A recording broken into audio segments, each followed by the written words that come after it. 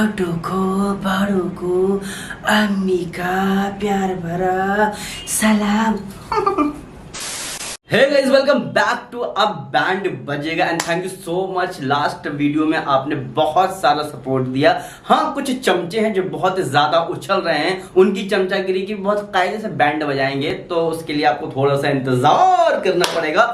Finally आज बात करने वाले हैं बहुत सारे पॉइंट्स के बारे में। हमारे वीडियो में कमेंट किसने किसने किया, क्या क्या बातें हो रही हैं, वो तो बात की बातें रही। पहले जो मुद्दे की बात है वो बात करते हैं। ये बताइए कि आप सबसे कह रहे हैं कि फ्रेंड्स हमारा मजाक बना रहे, अल्लाह फ्रेंड्स हमारा देखिए सब मजाक बना रहे हैं, लेकिन आपने सलाम का मजाक बनाया है। कितने सारे व्लॉग सिर्फ ये झूम झूम के जो सलाम किया गया है उसके बारे में कोई क्या कहेगा, आप मुझे बताइए। ये बताइए, दुनिया जहान में आपने आज तक किसी को ऐसे सलाम करते हुए नहीं देखा होगा। छोटों को बड़ों को अम्मी का प्यार भरा सलाम, और सलाम के बाद फिर शर्माना।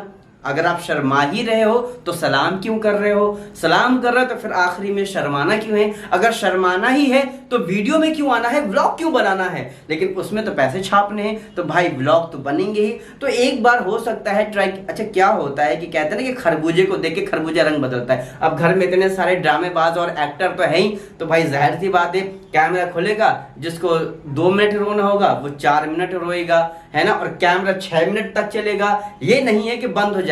तो एक बार लिया तो इनका अम्मी सलाम करिए ना, तो अम्मी को नॉर्मल कर देना चाहिए। सबको अम्मी का सलाम है जिस तरीके से भी, लेकिन अम्मी ने पता नहीं कहां से टीवी में देखा या कहां से ख्याल आया, आज तक आपने ऐसा सलाम दुनिया में किसी का नहीं देखा होगा, किसी का नहीं देखा होगा। और एक चीज मैं और यहां पर ऐड कर दूं, अगर आप मुगलों का सलाम देखेंगे यानी कि बादशाहों का, वो भी 3 बार बस ये अदाब हुजूर में अदब में करते थे।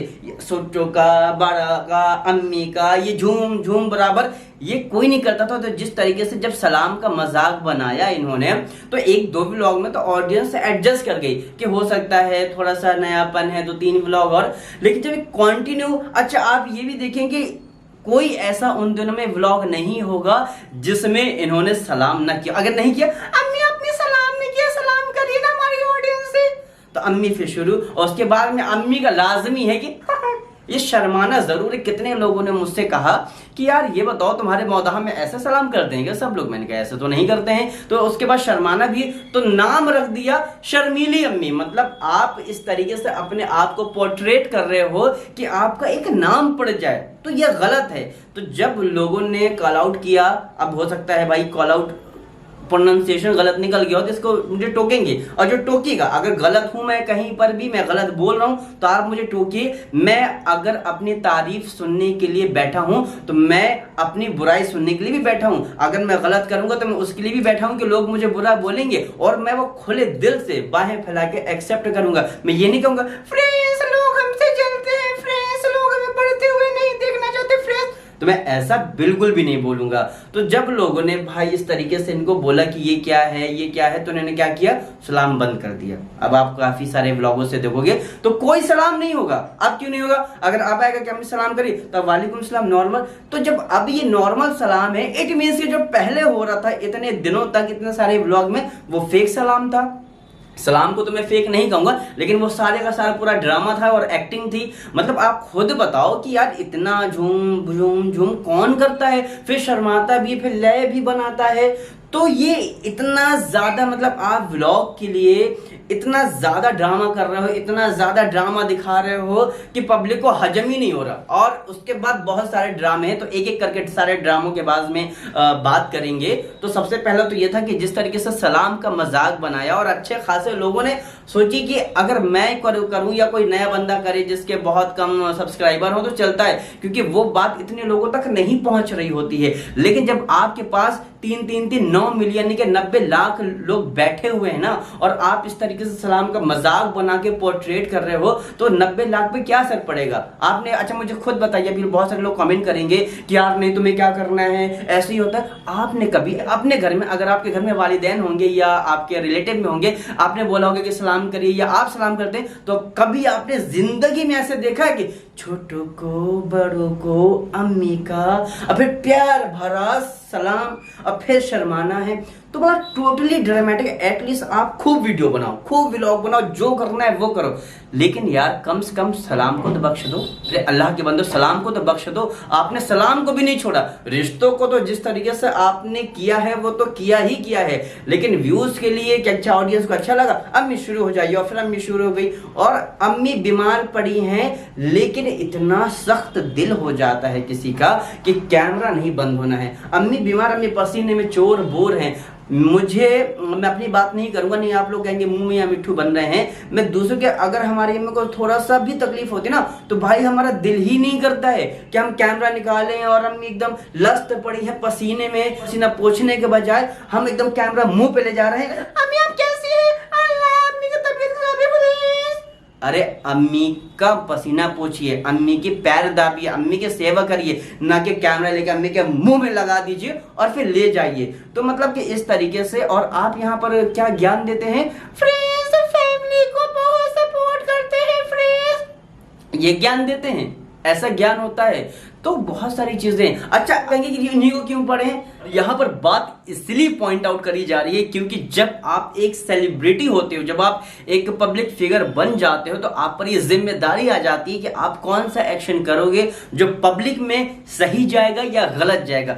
अब यहां पर ये आप ये नहीं कह सकते नहीं फ्रेंड्स हमारी मर्जी, हमारी जिंदगी, हमारा फलाना ढिमाका, ये नहीं चलता है, राइट। इसीलिए आपको टोका जा रहा है कि आप गलत मत पोर्ट्रेट करिए आप सलाम को। जो सलाम का तरीका, सलाम एक बहुत प्यारी चीज है, इसको ये मजाक में ये झूम झूम के मत बनाइए, स्ट्रेट सलाम कीजिए और पूरा सलाम कीजिए, पहली चीज। इसलिए लोगों ने जब बोलना शुरू किया तो इन्हें लगा अरे अरे अरे, कल तक तो ये पब्लिक बड़ा प्यार कर रही थी, सलाम को बड़ा तवज्जो दे रही थी, तो फ्रेंड्स इसलिए हम हाने पे लोग भी सलाम मम्मी से कराते थे। हाँ, लेकिन उसके बाद क्या हुआ, अब आप देखेंगे आपको किसी व्लॉग में सलाम नहीं मिलेगा, सलाम नहीं किया तो सलाम वालेकुम।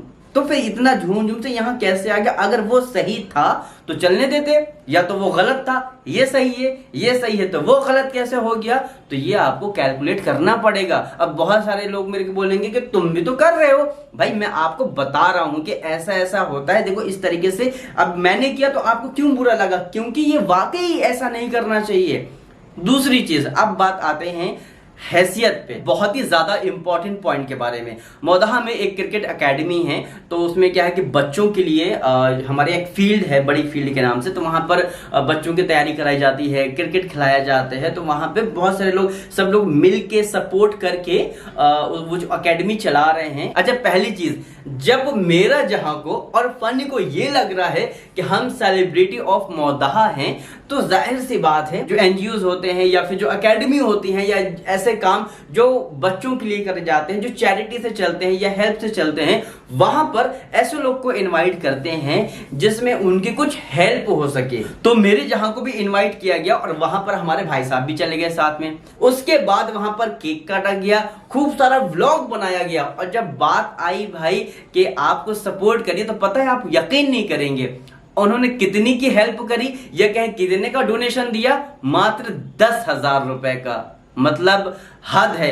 आप, मैं एक चीज आपको बता दूं कि फॉर एग्जांपल के तौर पर मैं आज 50,000 रुपए कमाता हूं, तो आज की हैसियत है अगर मैं किसी की हेल्प करना चाहूंगा या डोनेट करना चाहूंगा तो मैं एग्जांपल के तौर पर मैं 5,000 रुपए करूंगा। लेकिन अगर कल मैं महीने का 20 से 25 लाख रुपए कमा रहा हूं, चलो 15 लाख रुपए कमा रहा हूं, तो अब मेरी हैसियत कितनी होनी चाहिए? 5,000 होनी चाहिए? नहीं ना। अब मेरी हैसियत कम से कम 1 लाख रुपए की होनी चाहिए, क्योंकि अब मैं महीने का 15 से 20 लाख रुपए उठा रहा हूं। तो मेरे जहां की हैसियत कितनी थी वहां पर? सिर्फ 10,000 रुपए की। जब ये अंधाधुंध पैसा सोचने में लगे, अंधाधुंध पैसा कमा रहे हैं, मुझे उनके पैसे से कोई तकलीफ नहीं है। अल्लाह करे खूब तरक्की करे, जितनी प्रॉपर्टी खरीद सकते हैं दुनिया में खूब खरीदें। भाई आप खरीदो, आपका घर है, सब यहीं रह जाएगा, ऊपर लेके कोई नहीं जाएगा। लेकिन अगर आपके पास आ रहा है और वहां पर उन बच्चों की हेल्प होनी है, तो वहां पर तो अपना दिल थोड़ा खोल सकते हो ना। वहां पर भी वही काम हो गया कि हाथ में सोने का कटोरा है, मांगना भीख है। वहां पर कितना बड़ा दिल तो 10,000 रुपए का। मौदहा के काफी लोग जो बाहर सेटल हैं, जो उस एकेडमी से जुड़े हैं, जो इतना अंधाधुंध पैसा भी नहीं कमा रहे हैं, उन्होंने 50-50 हजार, 40-40 हजार, 30-30 हजार रुपया दिए हैं। और ये इतना अंधाधुंध पैसा कमाने के बाद भी फ्रेंड्स अल्हम्दुलिल्लाह, अल्लाह ने बहुत नवाजा है। इसके बाद कितना बड़ा दिल किया आपने? 10,000 रुपए का। अरे 10,000 नहीं, आपको तो 1 लाख देना चाहिए। और दूसरी चीज, 10,000 देने के बाद भी खूब व्लॉग बना, मतलब एटलीस्ट अगर उस व्लॉग से आपने 3 लाख रुपए कमाए हैं तो कम से कम 1 ही लाख दे देते, अरे 80,000 दे देते, अरे 50,000 दे देते, तो व्लॉग कंटेंट पूरा बनेगा, 100% बनेगा, सब कुछ होगा और उस व्लॉग से पैसे भी कमाए जाएंगे। लेकिन जब जहां देने के बाद आएगी तो फ्रेंड्स अल्लाह हमने तो बहुत नवाजा अल्लाह ने, लेकिन हमारे दिल बहुत छोटा है फ्रेंड्स, हम बस घबरा जाते हैं फ्रेंड्स, तो वहां पर दिल जीरो। ये जो 10,000 रुपए थे ना, अरे हैसियत तो छोड़िए, ये आपके औरे को ही नहीं मेंटेन कर पा रहा है। 10,000 रुपए तो वो दे रहा है जो रिक्शा चला रहा है। अब आप तो इतना पैसा कमा रहे हो, इतनी सारी चीजें कर रहे हो, तो आपको तो कम से कम 1 लाख रुपए देना चाहिए। तो ये हैसियत, ये दिल है। अब किसने 40,000 दिया, किसने 25,000 दिया, किसने 30,000 दिया, मैं यहां पर एक एक का नाम नहीं लेना चाह रहा। सबको पता है कि कौन किस सिटी में रह रहा है और किसने कितना पैसा दिया है। अभी भी कोई कुछ भिजवा देता है, कोई बैग की किट भिजवा देता है। आज तक आपने देखा कि मेरे जहां ने या फनी ने कुछ भी भिजवाया हो? नहीं, वो गए उसमें क्योंकि उनको कंटेंट बनाना था, महान बनना था, 10,000 रुपए देने थे। अच्छा, जब ऐसे जब दिल छोटे वाले काम करते हैं तो फिर उसको नहीं दिखाते कितने का चेक दिया है। और जहां पे ज्यादा खाएंगे फिर चेक भी, आपको याद होगा जब रोहान का बर्थडे था तो वहां पर चेक आई गेस की 15 या 25,000 रुपए था, तो बाकायदा स्लिप दिखाई जा रही थी, उसमें रेट भी दिख रहा था कि कितना। आप उसे ब्लर भी कर सकते थे, लेकिन आपने ब्लर नहीं किया। क्यों? क्योंकि आपको दिखाना था कि देखिए भाभी हमने जो है ना इतने का सिर्फ मदरसे में वो देकर आए हैं आपका चंदा, लेकिन वो आपने ब्लर नहीं किया। जहां को छुपाना होता है तो वहां पूरा ब्लर मार देंगे, कुछ ना दिख पाए कि हमारा दिल कितना बड़ा है, राइट। और इसी हैसियत के पॉइंट से मुझे एक गजल का शेर बहुत मुझे पसंद है, वो मेरे जहन में आ रहा है कि जो खानदानी रईस है वो मिजाज रखते हैं नरम अपना, तुम्हारा लहजा बता रहा है, तुम्हारा लहजा बता रहा है, तुम्हारी दौलत नई नई है।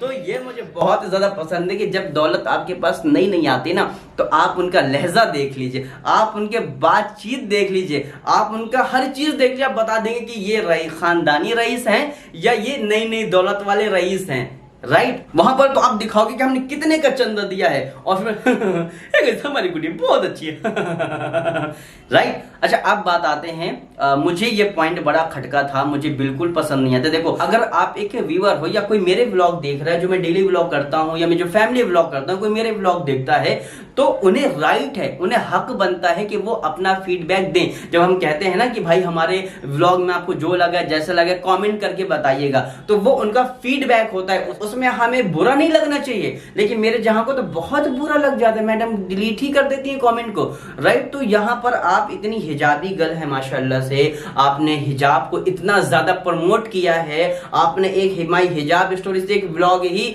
मार दिया कि चलो व्यूज भी तो आएंगे, हम तो वैसे पोर्ट्रेट कर रहे हैं। तो आपने जिस तरीके से पूरा, अब उसे ड्रामा कहेंगे क्योंकि ड्रामा ही कहेंगे, क्योंकि जिस तरीके से आप आगे उसको नहीं रख पाए, फिर आप कहते हैं फ्रेंड्स कुछ लोग तो शादी वादी के लिए जो है ना हिजाब निकाल देते हैं, अपनी सुविधा के हिसाब से हिजाब करते हैं, लेकिन अल्हम्दुलिल्लाह अल्हम्दुलिल्लाह हम नहीं करते।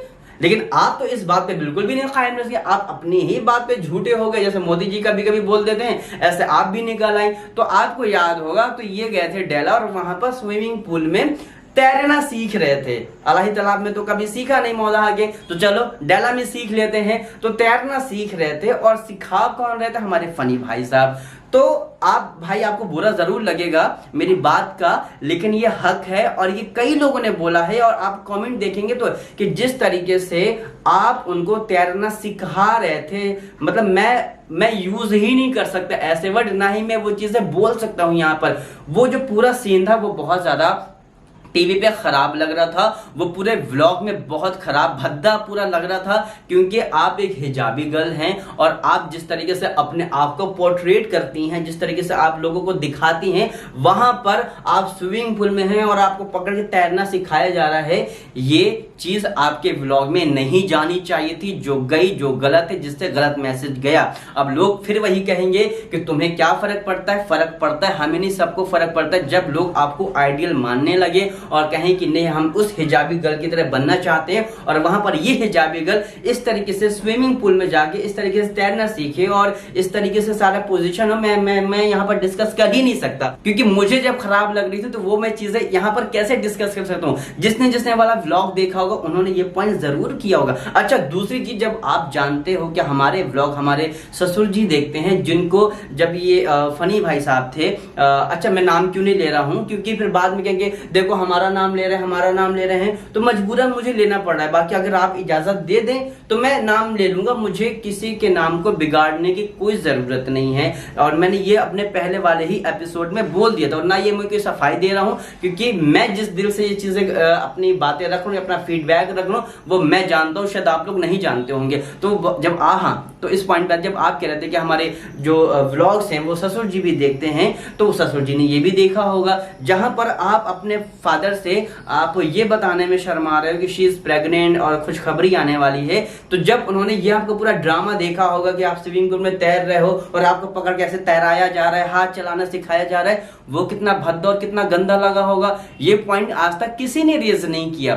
कमेंट बहुत सारे हैं, बहुत सारे कमेंट डिलीट हुए, लेकिन मैं रेज कर रहा हूँ क्योंकि पर्सनली मुझे ये वाला पॉइंट वाकई खराब लगा था कि यार वो भद्दा लग रहा है। आप उसको अवॉइड कर सकते हो, क्या जरूरी है दिखाना। आप सीखो, सब कुछ करो, मस्ती करो, घूमो फिरो, यहाँ वहां जाओ, कोई दिक्कत नहीं है, लेकिन एटलीस्ट आप जब एक अच्छा, दो चीजें मैं आपको एग्जांपल देता हूं। मैं कोई चीज करूं तो शायद उतना मुझे कोई नहीं कहेगा, लेकिन एक हाफिज जी कोई चीज करें जो शायद जिस तरीके से अपने आप को वो दिखाते हैं और वो चीजें आपको बता दो कि ये मत करो, ऐसा है, और वो चीज करे, तो आदमी यहां पर गलत मैसेज जाएगा, क्योंकि वो उस लाइन में है। अगर आप एक हिजाबी गर्ल का इमेज चोला पहन के बैठे हो तो आपको फिर ये एहतराम करना चाहिए, आपको चीजें आपको रियलाइज होनी चाहिए कि कौन सी चीजें जा रही हैं, कौन सी चीजें नहीं जा रही हैं। अभी रिसेंटली रक्षाबंधन गया है, तो वहां पर मेरे जहां राखी बांध रही हैं, बहुत अच्छी चीज है। और एक राखी और आती है मौदाहा से, जो इनके फूफी भेजती हैं, तोहफा फूफी भेजती हैं।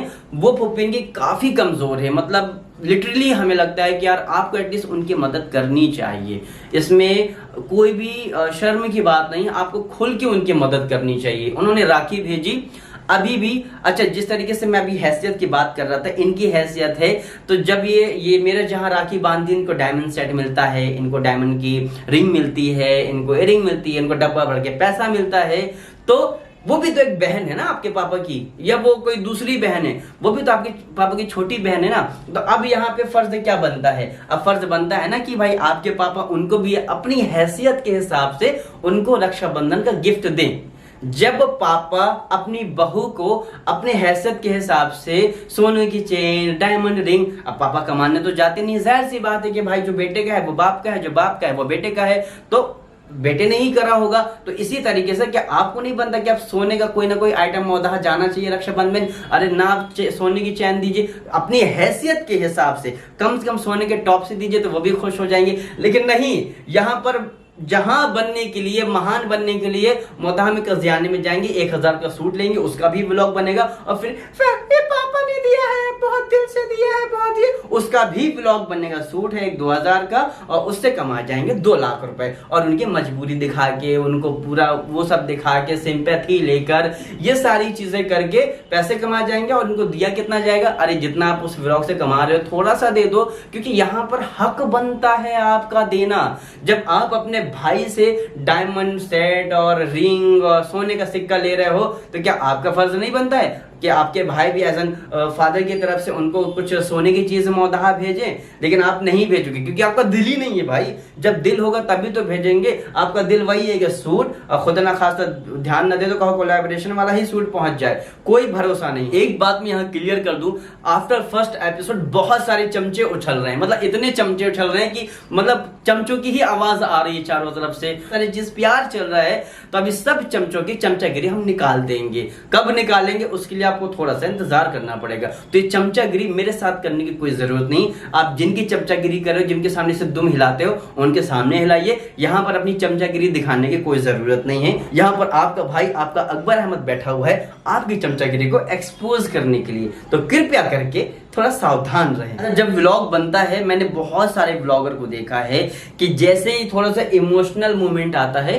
तो थोड़ा सा व्लॉग थोड़ा सा रिकॉर्ड करेंगे, 2-4 मिनट, 1 मिनट, फिर मतलब ये तो काट देंगे व्लॉग या फिर आप बंद कर देंगे, लेकिन आप इन फैमिली के तीनों का व्लॉग देखिए। जैसे मूवमेंट बना रोने का, भाई कैमरा स्टार्ट हो जाएगा, रोना है 2 मिनट, तब कैमरा खोल के तब 4 मिनट तक रोना है, जूम करो, और कैमरा 6 मिनट तक चलेगा कि आंसू सूख जाए तब तक कैमरा बंद नहीं होना। क्यों? क्योंकि सिंपैथी भी तो लेते हैं हम लोग, उसको हम कैसे भूल सकते हैं। तो और दूसरी चीज, आप ठीक है आप दिखाइए, लेकिन वहां मुझे इतना बुरा लगा कि आपके जब फादर रोते हैं, ऐसे मोमेंट जो इमोशनल मोमेंट होते हैं ना, मतलब एक जो हार्ट टचिंग मोमेंट होते हैं, जो मुझे लगता है कि शायद आपको अपने फादर को रोते हुए कैमरे में नहीं दिखाना चाहिए। थोड़ा सा इमोशनल हुए आप कट भी कर सकते हो, एडिटर आपके घर पे बैठा है, समटाइम आप एडिट करते हो, आप उस पार्ट को कट कर सकते हो, किस तरीके से उनका फेस बन रहा है, किस तरीके से वो अब मैं क्या बताऊं, मतलब मुझे वहां पर इतना बुरा लगता है ना कि आप एक 55-60 साल के आदमी को इमोशनल होते हुए इमोशनल हो रहे हैं, क्योंकि उस तरीके से उनका दिल भर आता है, और आप वो पूरा क्लिप डालते हो। मतलब आप सोचो यार कि मतलब कभी कभी हम रोते हैं, हमारा रोने में जाहिर सी बात है मुंह नहीं अच्छा बनता है, किसी के रोने में बहुत क्यूट लगते हैं, लेकिन हम रोने में शायद नहीं उतने अच्छे लगते, नहीं उतने क्यूट लगते, अजीब से लगते हैं, देहाती लगते हैं, बेकार लगते हैं, कुछ भी लगते हैं। तो हम क्या करते हैं, काट देते हैं। जहां पर आप खराब दिख रहे हो वहां तो आप काट, लेकिन आप थोड़ा सा सोचो, इमेजिन करो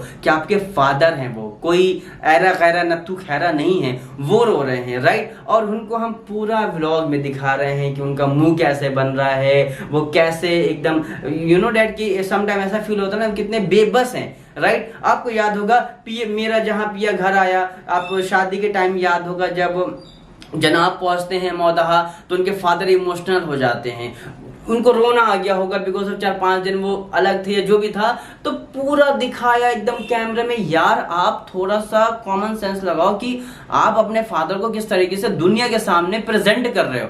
आप इतना थोड़ा सा कट कर सकते हो ना कि दिखा दो कि हाँ पापा इमोशनल हो गया, इमोशनल है पापा, लेकिन अब हर बार इमोशनल होते हैं, 2 मिनट इमोशनल रहते हैं तो 3 मिनट तक क्लिप चलती है, ये गलत है। आप सोचिए, वो नहीं अच्छा लगता है।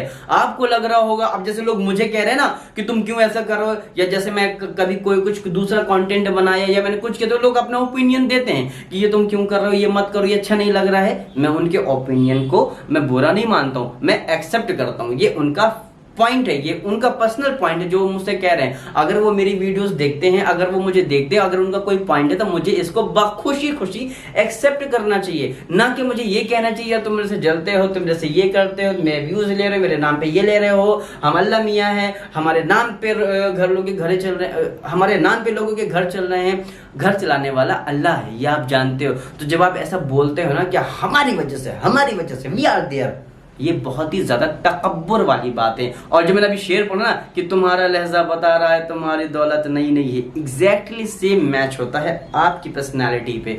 तो कृपया करके नेक्स्ट टाइम से इस बात का ख्याल रखना कि अगर आपके फादर इमोशनल होते हैं ना तो कैमरा उनके मुंह पे नहीं लगाते हैं, बहुत खराब लगता है। वो बेबस दिखते हैं उस वीडियो में कि वो इस एज में आके किस तरीके से वो इमोशनल हो जाते हैं। वो एक उनको इमोशनल कह सकते हैं। कई बार होता है कि जब इंसान बहुत सारी बीमारियों से जूझ रहा होता है तो वो जरा सी बात में इमोशनल हो जाता है। मैं भी बहुत, आपको लगता होगा यार मैं तो बड़ी फनी वीडियोस बनाता हूँ, बहुत मस्ती करता हूँ, बहुत घूमता हूँ, दोस्तों के साथ घूमता हूँ, मैं इतना इमोशनल हूँ कि मैं आपको बता ही नहीं सकता। वो मेरा दूसरा साइड है।